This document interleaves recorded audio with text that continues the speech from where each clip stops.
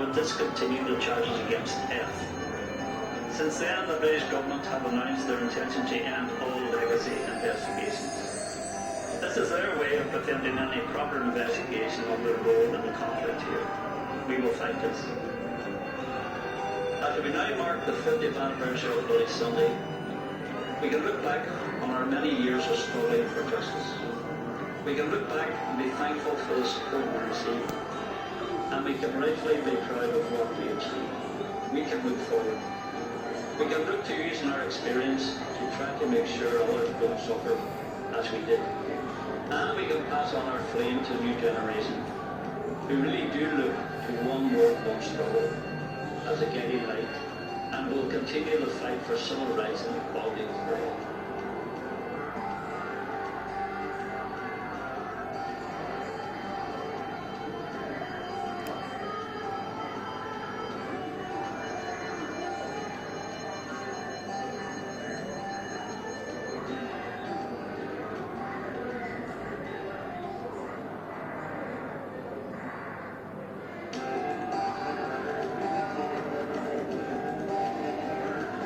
In the immediate aftermath of Bloody Sunday, the families were left in shock. All we could do was remember and commemorate. We traced the steps of the original march of the world. But that changed 20 years on in 1992. When we were ready to set up a campaign for truth and justice for victims of Bloody Sunday, we had three demands: the repudiation of the Ridgeway report, a full declaration of innocence for all those killed and wounded, and the prosecution of the soldiers involved. After 6 long years of campaigning, we achieved a second inquiry, announced by the then Prime Minister, Tony Blair, on the 29th of January 1998. Hearings began in March 2000. We had no idea then just how long it would take.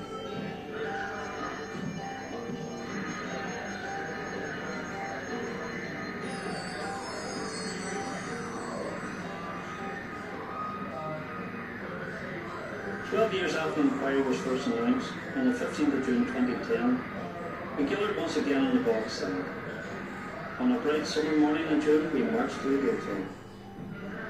After a long process of negotiation with the British government, it had been agreed that 2 members from each family would be allowed to see the report in advance of publication.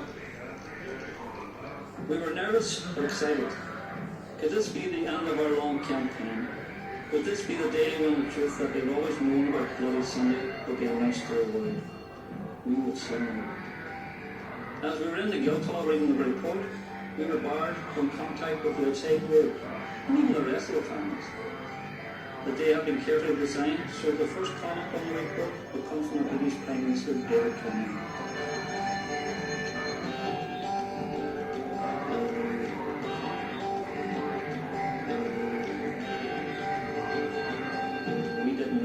Thousands were running outside the Guildhall. We didn't know how many marched there from the outside, smacking to the top of the ritual straight from the airport. But we knew that people were proud, 21, would be there to support us, just as they always come.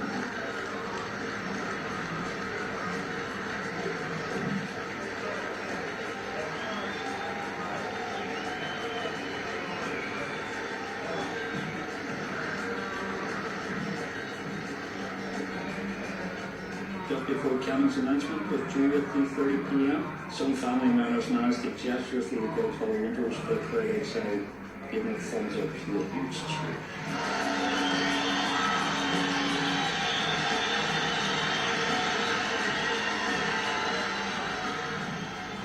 This meant that we, not David Cannon, had announced they had come to the people of Derry.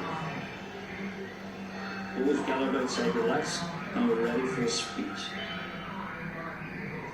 Today, my right honourable friend, the Secretary of State for Northern Ireland, is publishing a report of the Savile Inquiry, the tribunal set up by the previous government to investigate the tragic events of the 30th of January 1972, the day more commonly known as Bloody Sunday.